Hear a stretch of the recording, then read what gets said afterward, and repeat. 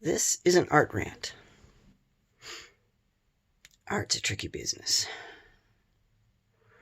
I don't have any valuable art. I've been in a few galleries and a few shops. I've seen the prices.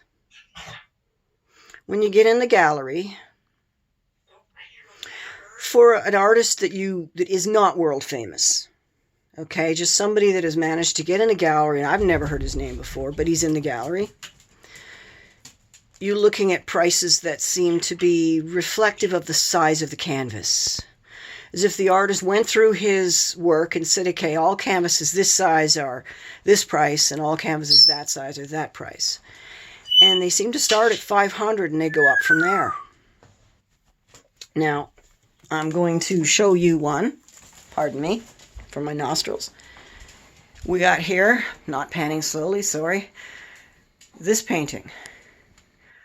It's not worth anything because the artist works in theater.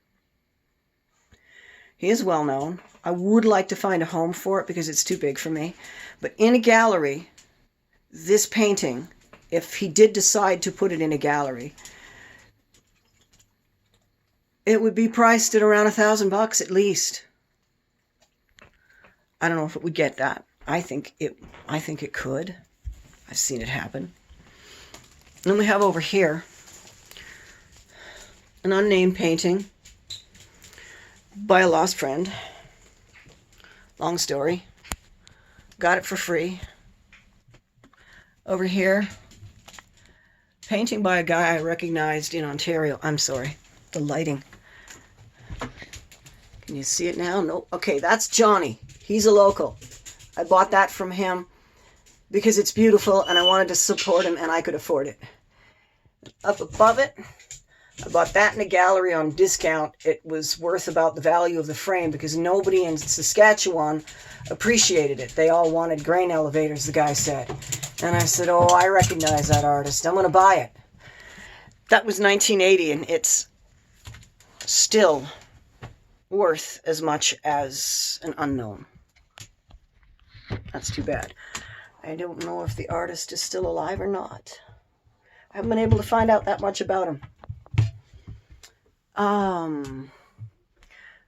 Investments, right? So I want to show you my art. Oh yeah, no, I wanted to talk about a little bit about the time put into each work of art.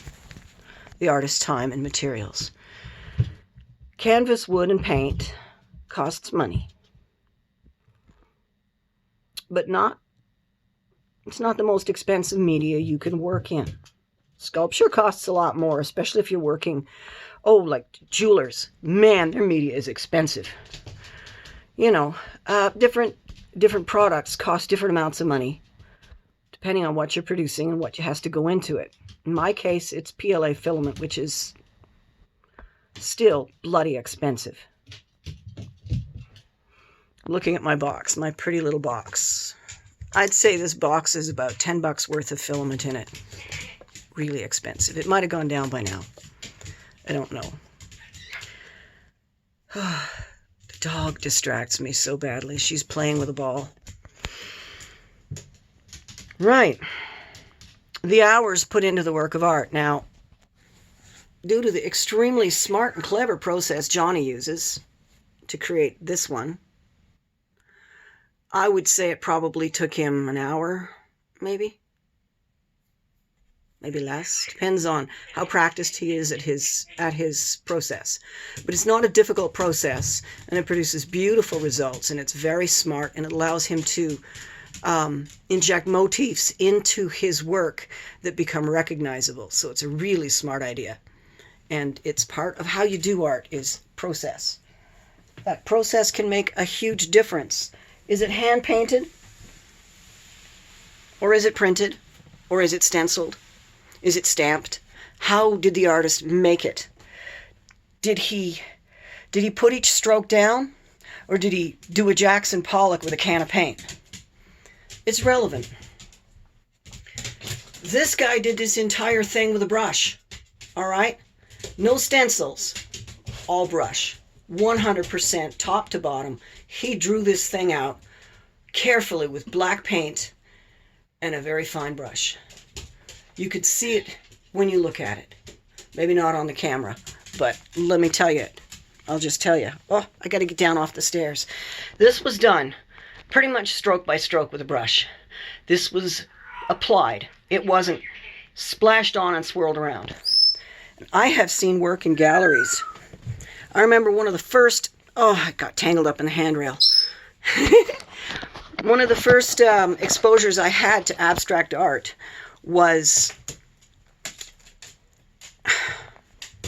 the gallery owner's brother's work, in which he took about $100 worth of paint and squeezed it out randomly on top of a framed canvas.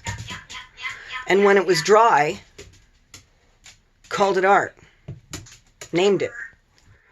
And it was interesting, you know. Good old experimental art.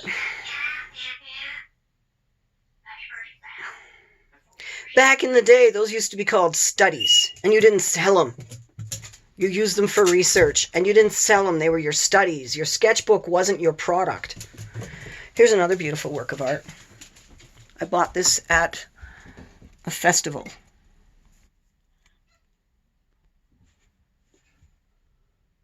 And it was cheap. Why was it so cheap?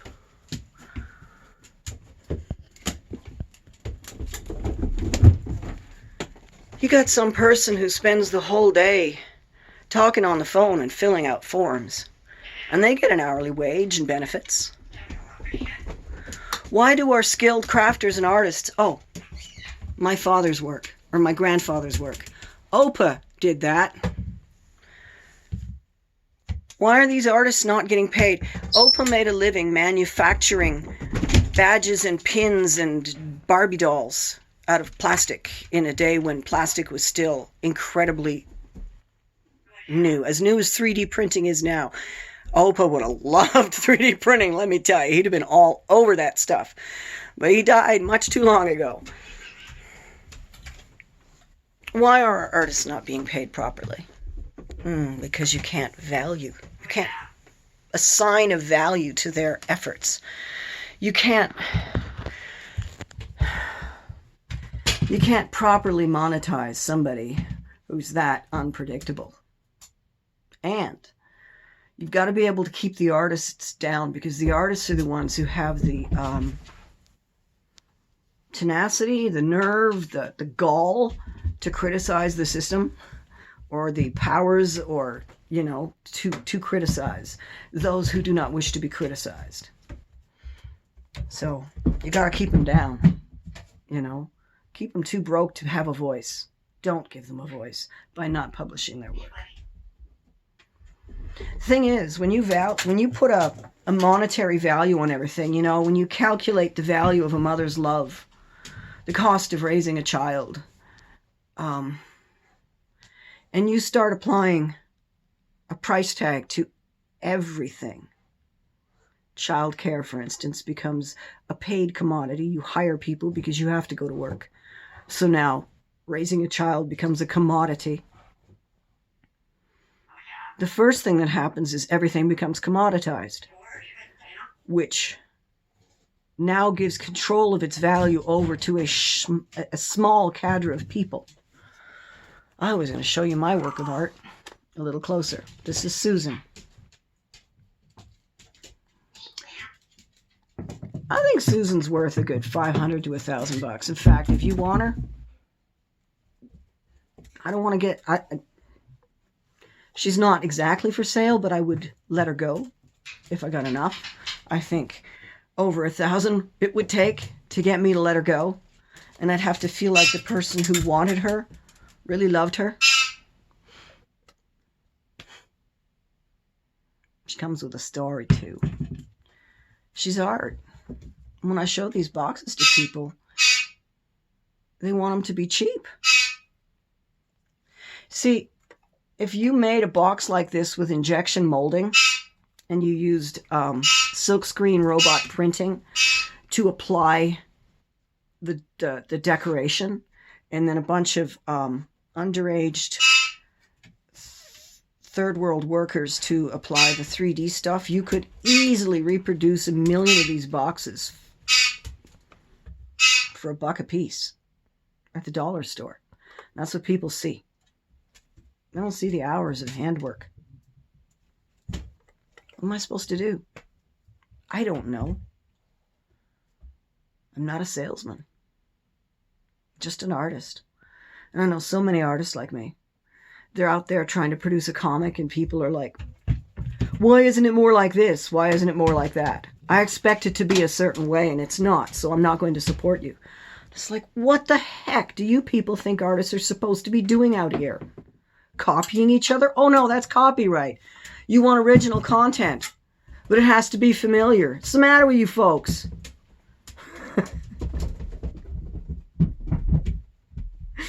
If I was putting this amount of work into a canvas, they'd probably, or a sheet of paper, they'd probably be selling. There's people on the street selling sheets of paper with a 10-minute drawing on it all over the place. I want to sit at home and make pretty little boxes to put clutter into. I don't like clutter. I do that in my house too. You know, those little bits of clutter that accumulate on your desk, I shove them in a container and now I have pretty ones that I can actually look at. Because then you've got all these ugly looking plastic tote containers from Walmart that look like, I don't know, utilitarian as all hell. They're not charming. You know, they don't have personality. They're just industrial and cheap. I got a few of them. I use them for work use. But on the desk? Apparently not. Love mine. Yeah. So I don't expect anyone to be buying my boxes anytime soon, but I really hope that you learned enough to go out and support an artist. Find something that you do love. Love it. And then don't dicker about the price. Pay the price. Ask them to hold it. Ask them if they'll take deposits. Pay what they're asking. They're not cheating you. If it's in a gallery, they might well be cheating you. If it's one of these people that turns out 1 million of them a day and lives in a beautiful, beautiful country home, that might be cheating you. But if you're looking at some guy with dirty stained fingers out on the street with a portfolio, find something you like and buy it. If you don't find something you like, see if there's something a friend of yours might like. Buy it.